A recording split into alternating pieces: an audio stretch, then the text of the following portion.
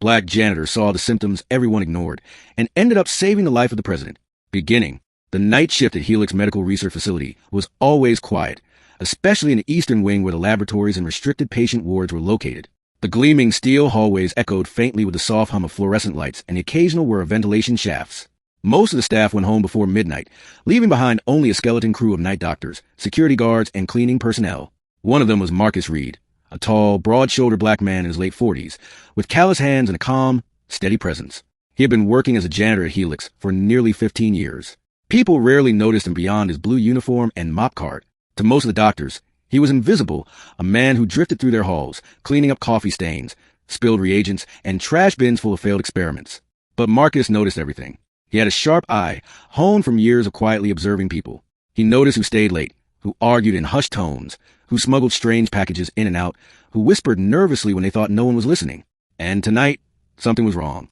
As Marcus pushed his mop down corridor B7, his eyes flicked toward observation room 14, one of the secure patient rooms.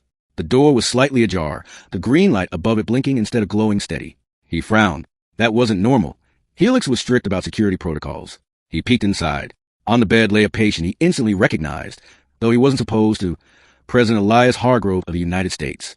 Marcus's breath caught. He had seen the man on television countless times, tall, silver-haired, and commanding, but here he looked pale, sweating, his body trembling slightly even in his sleep. A soft beeping came from the monitors. At first, everything seemed in range. Blood pressure, heart rate, oxygen levels. But then Marcus noticed something odd. The president's fingers twitched rhythmically, not randomly, but in a pattern, jerks every 7 seconds. And his eyes, though closed, shifted violently beneath the lids, as though trapped in a nightmare. Marcus froze. He had seen this before. Years ago, his late wife had suffered from a rare neurological condition called neuroelectrical misfiring syndrome, NEMS, a disorder so obscure that most doctors misdiagnosed it. Marcus had spent nights by her side, watching her body twitch in that same 7-second rhythm before her seizures worsened. He had begged doctors to recognize the signs, but they had dismissed him until it was too late. Now he was watching the president show the same symptoms. Middle. Marcus's heart pounded. He looked around. Where were the doctors? Why was the most powerful man in the world lying here almost unattended? At the far corner of the room, 2 medical staffers in white coats were checking readings on a tablet. All vitals nominal, one of them muttered. The medication suppressing most anomalies. He'll stabilize by morning. The other said casually. Marcus's jaw clenched. They weren't seeing it. They were blinded by the machines, just like the doctors who had ignored his wife. He stepped closer. "Excuse me," he said, his deep voice carrying across the room. Both doctors turned, annoyed. "This area is restricted," snapped one, a younger man with sharp glasses. "Janitorial staff isn't allowed in here." Marcus ignored the sting of dismissal. The president, look at his fingers. Every 7 seconds. That's not stress, and it's not the meds. That's neurological misfiring. I've seen it before. The second doctor rolled his eyes. "We don't need medical advice from a janitor. Please step outside." Marcus's fist tightened around the mop handle. "I'm telling you, if you don't act now, he's going to crash within the hour. The drugs you're giving him are masking the real symptoms." "Security," the first doctor barked. 2 guards entered, frowning. They moved toward Marcus. But before they could grab him, the monitors beeped wildly. The president's heart rate spiked, then dipped sharply. His body convulsed. Just once, but violently enough to trigger alarms. The doctors panicked, rushing to stabilize him. Marcus shouted over the chaos. "He needs neurostabilizers, not more sedatives. You're shutting down his brain while it's misfiring." The guards hesitated, unsure whether to drag him out or listen. Suddenly, a calm female voice cut through. "Wait, let him speak." Everyone turned. Standing in the doorway was Dr. Helena Voss, Helix's chief neurologist and one of the most respected scientists in the world. Her icy blue eyes locked on Marcus. "What do you see?" she asked him directly. Marcus swallowed, then stepped closer to the bed. 7-second twitch intervals. "That's an EMS, or something like it. I watched my wife go through it. The meds you're giving him are just slowing his body, but his brain's burning up inside. You need to recalibrate the neuroregulators and cool his neural pathways before the seizure cascades." For a moment, silence filled the room. Dr. Voss studied him, then glanced at the president's trembling hands. Her expression shifted. "He's right." The younger doctors gasped. "But the machines..." "Machines don't see patterns," Voss snapped. "People do." Immediately, she began barking orders. Nurses rushed in with carts of equipment. A specialized neural cooling headset was placed over the president's skull, while a microdose of a rare stabilizer was prepared. The room became a blur of movement. Marcus stood back, heart racing, watching as they worked. The president's convulsions slowed, then stopped. His breathing evened out. The monitors stabilized. The room exhaled as one. The crisis was over. Dr. Voss turned back to Marcus. If you hadn't seen that, she didn't finish. Instead, she simply said, "You may have just saved the President of the United States." Twist. But the night wasn't over.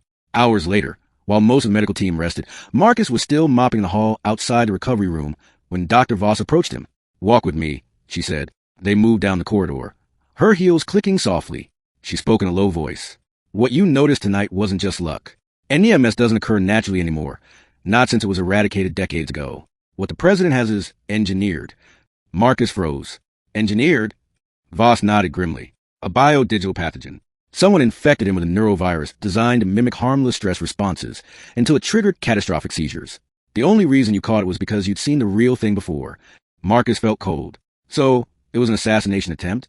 "Yes," Voss said. "And if word gets out, the world will panic. We can't trust many people, not even in this facility. Whoever planted this pathogen has access here." She looked at him intently. "You're not a doctor, Marcus. You're not in the chain of command.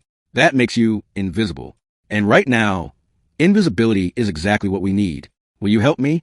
Marcus thought of his wife, of how helpless he felt watching her slip away while arrogant doctors ignored the truth. Not this time. This time, he could make a difference. He nodded. "Tell me what to do." Climax. The next night, Marcus found himself sneaking through Helix's restricted laboratories with Dr. Voss. Together, they traced the source of the pathogen to a secure vault of genetic samples. Someone had tampered with the containment systems, leaving microscopic delivery spores coded to infect anyone who came close. Marcus's keen eye spotted the anomaly first, a faint shimmer of condensation on the vent, inconsistent with the room's temperature. "There," he whispered. As Voss analyzed it, alarms suddenly blared. Security forces stormed in, led by none other than the two young doctors from before. They weren't doctors at all. They were operatives. "Step away from the vault," one ordered, pulling a sleek plasma pistol. The President wasn't supposed to survive. Neither will you. Before Marcus could react, one of the operatives fired. He shoved Voss aside just in time. The blast scorched the wall where she had been standing. Chaos erupted. Marcus grabbed the only thing he had, a heavy mop handle, and swung it with surprising force, knocking the gun from one attacker's hand. Years of hard labor had made him strong, and adrenaline gave him speed. He fought like a man with nothing to lose. Dr. Voss triggered the emergency lockdown, sealing the room. In the struggle, Marcus managed to pin one operative long enough for Voss to sedate him. The other tried to escape, but was trapped by descending blast doors. Within minutes, security reinforcements loyal to Voss arrived and apprehended them. The plot was exposed. The pathogen destroyed. Ending. 2 days later, Marcus stood awkwardly in the Oval Office, wearing his best borrowed suit. President Hargrove, now recovered, shook his hand firmly. "Mr. Reed," the President said warmly, "you saved my life, not just because you noticed something others ignored, but because you acted when no one believed you. This country owes you a debt." Marcus felt overwhelmed.